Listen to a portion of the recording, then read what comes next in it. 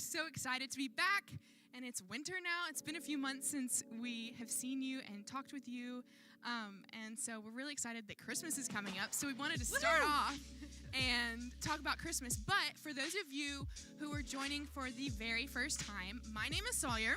And I'm Liz.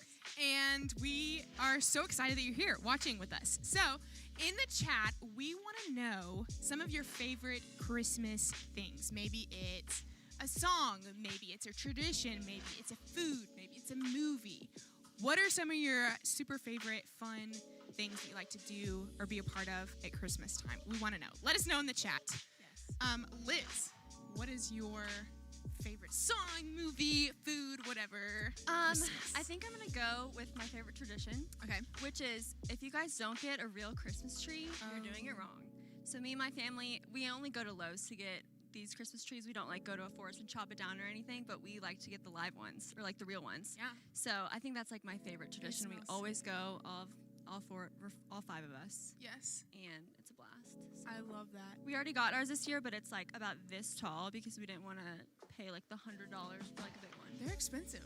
Yeah, so now we have like less to decorate, but Yes. it's kind of fun. It's like a little Charlie Brown tree, but not really. I wish you could like just cut off a little branch of real life Christmas trees and stick them in a jar and save the scent forever. It's true. So if you're having a bad day, you can just like, oh, It Christmas. is the best smell. Yes. What about you? What's your favorite thing? One of my favorite things is it's just me and my parents and my brother on Christmas morning. Okay. And so we all go out we have a sunroom at our house. And we go out there and our Christmas tree's out there and we open presents together and we video the entire thing. And so you can go back love that. and watch these home videos of different mornings that we've had together. But that's like one of my all-time favorite things. That's so sweet. to You do can and be a literally part show of. that to your kids when you get Yeah. older. Be like, this is how we did I our may Christmases. hate it. I may Yeah. regret it someday. No, it'll be fun. It'll be fun.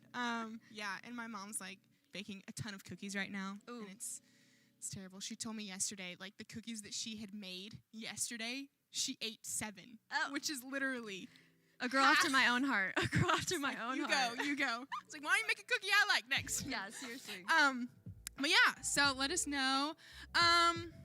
What else have you been up to? Because it's been a couple It's been months. a So while. Thanksgiving. Yes, Thanksgiving. Did you stuff your face with Thanksgiving? Yes, food? of course.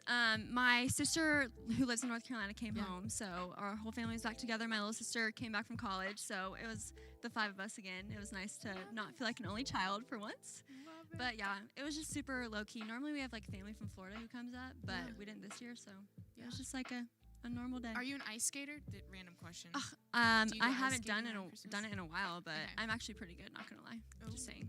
Have you been to those outdoor rinks? No, I never have. I've only Okay. been to like an indoor one and like not at all during Christmas time. Mm-hmm. Just like for fun. Yeah. But I want to go to like the Avalon or something. And it's like outside. And See, my pretty. dad is from New York, and so he can do all Oh, the that's fun. backwards Yeah. ice skating stuff that He's a I'm pro like, then. He's a dreaming pro. about. I'm like, man, if I could do that, maybe one day. Cool. Well, hey, Liz is gonna go get ready for her good news segment, which I'm super stoked about this time. And our very fun, super talented friend Mara is about to come up. So hold tight for just a couple moments, and we will be right back.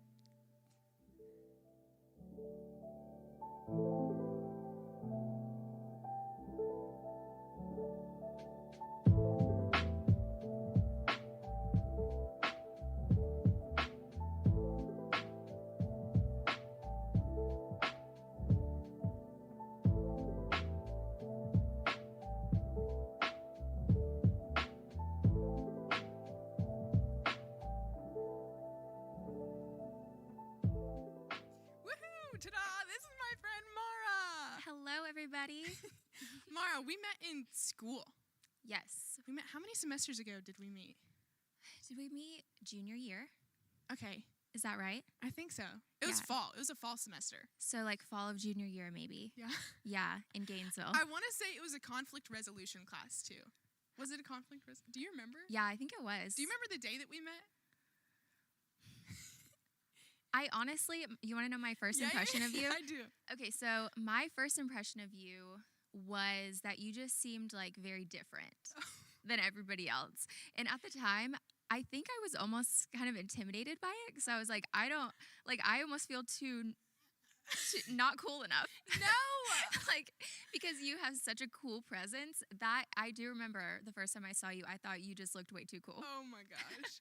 I think like one of the first interactions that I had was I think you had mentioned it, but I ended up looking you up on the internet and I read this photography magazine article. I was like, oh wow, she's just the Voyage article. Yes, that's Yeah. what it was. Yeah. It's like, wow, she's just too cool for school. Oh. Yet she's sitting in the row in front of me. So that's why we're friends, because we're So both really cool. Because we're both really cool and it works. Well, love yeah. So I did want to tell the people watching a Yes. fun story from our quarantine days. We were FaceTiming Yes.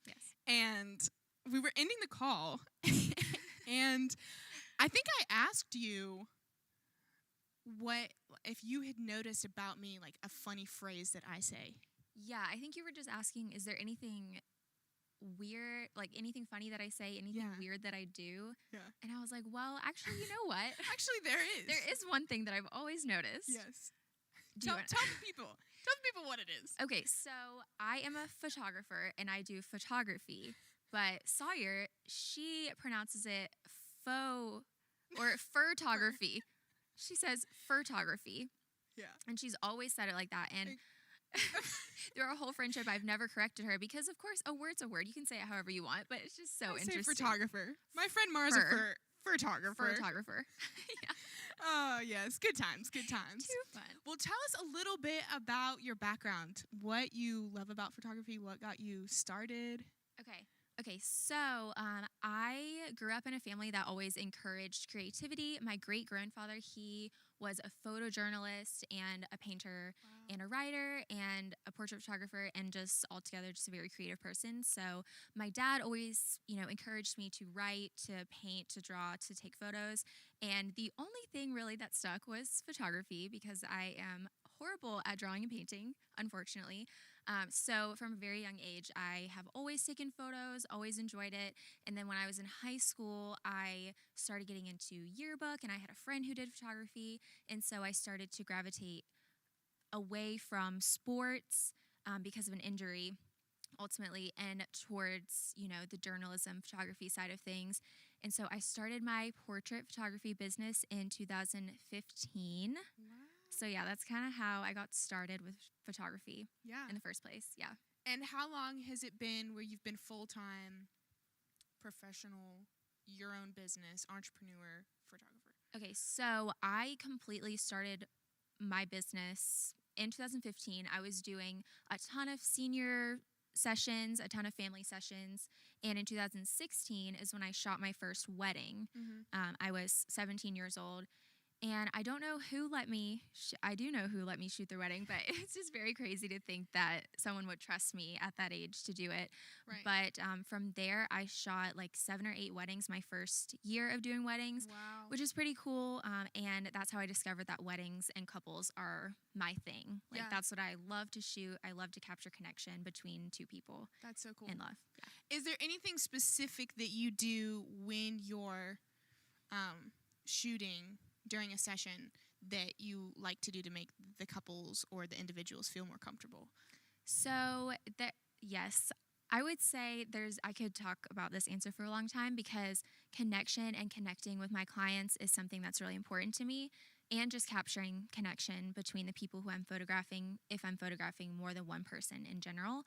But some things that I like to do are honestly beforehand, just talk to my clients a lot, get to know them, kind of understand like what this session is for, what it represents to them, because nothing is ever just an engagement session or like just a senior session. Like, it's really fun to hear about people's hopes and dreams and, what this session is representing for them.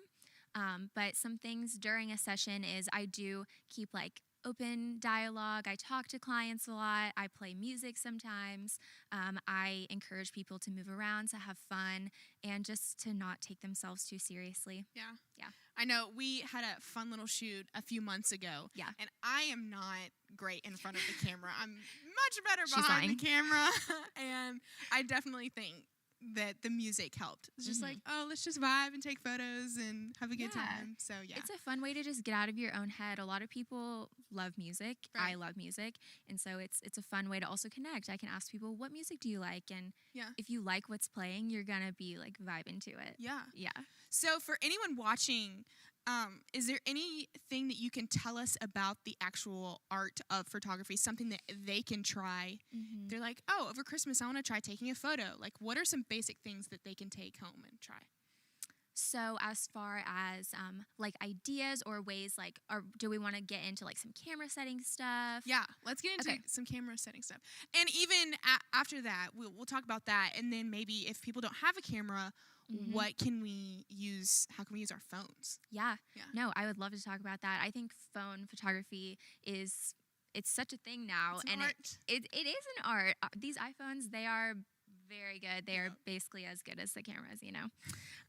Okay, so I guess we can go ahead and first open up with, I have a couple little notes here that I wanted to touch on. So really the thing with shooting manual on a camera, which that's what I shoot, is like having the most control that you can with your camera. So you can shoot on an automatic setting and your camera is going to spit out what it wants to give you. But if you're shooting manual, you can control more of what you want it to give you. So it's a good way to get your vision across, you know, photograph exactly what you want, how you want to photograph it. So if we want to put on the screen a little image of aperture, shutter speed, and ISO. So these are the 3 key ingredients, you could say, to shooting manual. And once you have it down, you'll, like, if you know it like the back of your hand, you don't even have to think about it. And that's kind of where I am at this point. So, like, walking through this and breaking it down step by step, I like doing this because it brings me back to like remembering exactly what I'm doing, even though I just kind of do it like automatic now.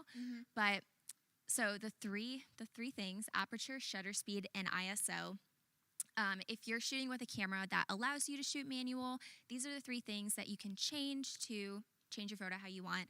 And that has to do with the blurriness of your background, the brightness of your photo, how blurry or sharp it is, and all that kind of stuff. So first we can talk about aperture. So aperture is the main component besides like focal length, your lens, on how you get those like blurry backgrounds. I know everyone wants like the blurry background. That's why with the iPhone we have like portrait mode. Right. Because everyone loves it. It looks like cooler, more professional to a lot of people. So a smaller f-stop number or a smaller f-stop number is a larger, like, wider lens opening, basically, is what it is. So this is a part of your lens that's, like, letting in light, and the part of your lens that's, like, capturing your photo. So the bigger it is, the smaller the number is, the more light it's going to let in, and the blurrier your photo is going to be. So if you want a really bright and blurry background photo, you're going to have a 1.4, 1.2, 2.0 f-stop. Right. Yes. So f-stop is same as aperture. And with your shutter speed, this basically has to do with, letting in more light, the longer the amount of time that your exposure is going, how fast your shutter is going. And this can either blur action shots or make action shots sharp. This can also be used if you're in a really dark room. You'll have to turn it down and get more light in. Everything on this, these 2 things on the end let more light in. And then the ISO, the larger the number, the more light you let in. So basically all 3 of these things have to work together to give you exactly what you want, but you can kind of focus on one at a time to achieve different looks. Right. So it's the math to photography. Yes, it's the math of photography, but I will say I hate math, so this is easier. So that's not a word in photography world. Got it? No, Got it. the settings, the manual settings. Yeah, so that's Yes. kind of a very brief like overview of manual settings. Yeah, so it's definitely like when I first started, I literally had a cheat sheet like this that I looked at all the time to figure out exactly what I needed my settings to be on to be shooting exactly how I wanted to. Yeah. And if you're a visual learner like me, this is super helpful to see. And and to look back on. Yes. Yeah. I'm very visual, so I thought this might help some people out there. Yes. So what about phone photography? Yes. Okay, so some things I wanted to touch on with phone photography is the basics to a good photo, whether that be in camera or phone. So the basics to a good phone shot really would just be about light and composition. So you can have your iPhone and take an amazing photo if you know how to compose it and get the right light and everything like that, which that can also be done with editing. But I think it's easiest just to set your shot up right from the start, and it just gives you the best result. So some things I wanted to touch on really quick, and we can bring up our next photo on the screen, is composition, like grids and the rule of thirds. So I'm pretty sure on most phones, and I know the iPhones, you can pull up like a grid with your camera, and this can kind of help you, position your subject where it should be to make the photo look correct. So I will say that there is no correct way to do art. I will say that. But these are a couple different things that visually usually attract people to your work. And it's just like more scientifically like attractive, like I said, to your eye if photos are set up the correct way. So some things that you can look at in your photo is if you go by the rule of thirds, you can place your subject in like the little corner, like where this little wolf is. And that's like placing it in like the outer third of the grid, or you can have it in the center. And that's also another very valid, way of placing your subject in your photo.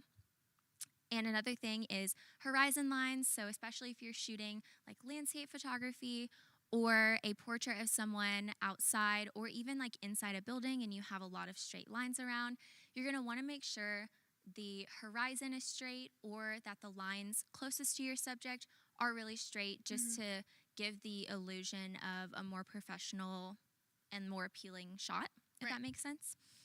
So with temperature and exposure is just how light or dark your photo is, and different styles call for lighter or darker photos, but as a general rule of thumb, I guess you would be trying to shoot like pretty true to life with your exposure.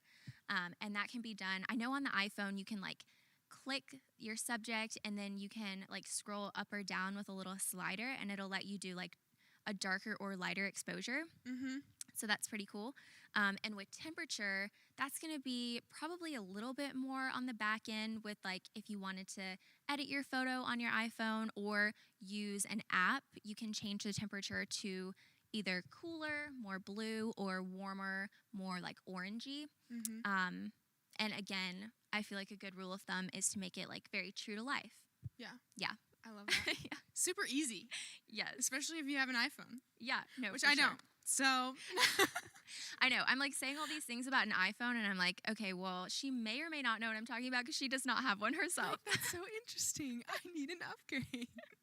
No, that's awesome. Yes. So wrapping it up, thinking back to the very beginning of like what sparked that initial interest in photography, maybe it was back to your middle school days. Yeah.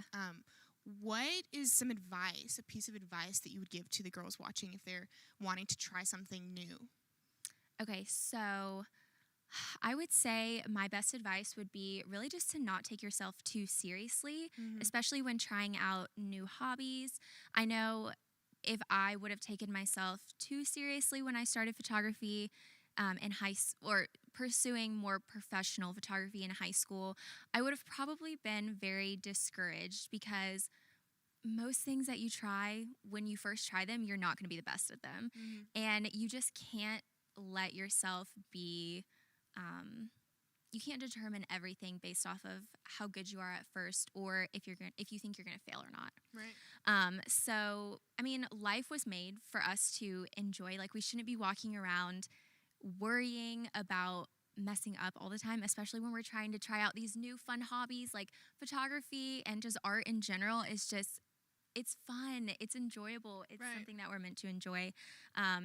I mean, and it's just a reminder, like, we do not get our value or our worth from our hobbies, from how good we are at things, from our jobs, from school. Like, our value is rooted in Jesus, and with our value being rooted in Jesus, we have so much freedom to try new things and so much freedom to fail because, like, failure doesn't diminish anything. And even if we're not talking about failure, we're talking about just not being perfect.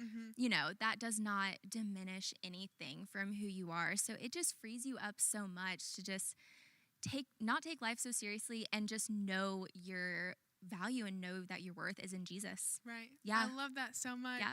Thank you for sharing. Of course. And thanks for being here. Of course. This was so fun. Up next, we have Liz sharing some good news with us. So hold tight for just a few moments, and she'll see you in just a sec.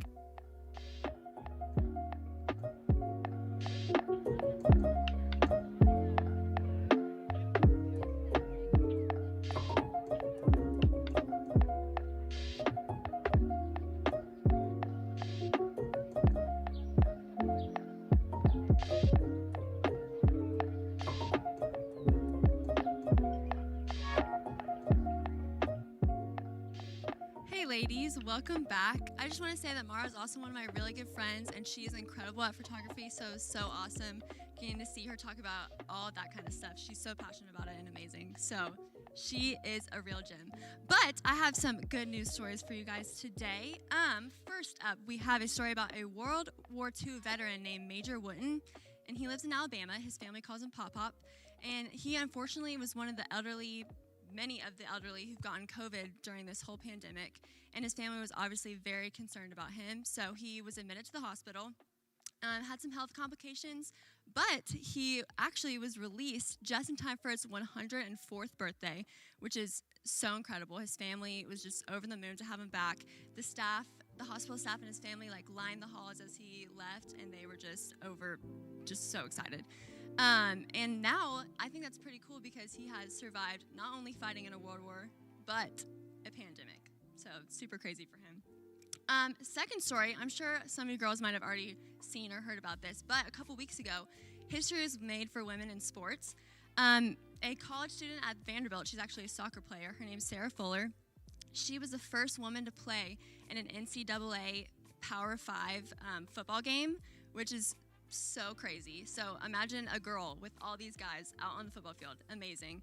And on the back of her helmet, she has a sticker that says "Play Like a Girl," and of course she's a girl who's playing like a girl, but actually Play Like a Girl is a nonprofit that encourages girls to get into sports and be a part of STEM majors and opportunities like that.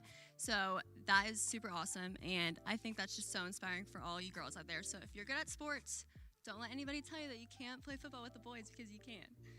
And then last up, I think this is my favorite story of the night, but a mom named Brody was shopping for some toys for her child, Elijah, and she came across a new line of dolls at Kmart, and to her enjoyment, they actually were dolls that had Down syndrome, and her son Elijah has Down syndrome, and she said that she was brought to tears in the store because she was so excited to see her child be able to be represented when there's just not a lot of toys out there like that for them.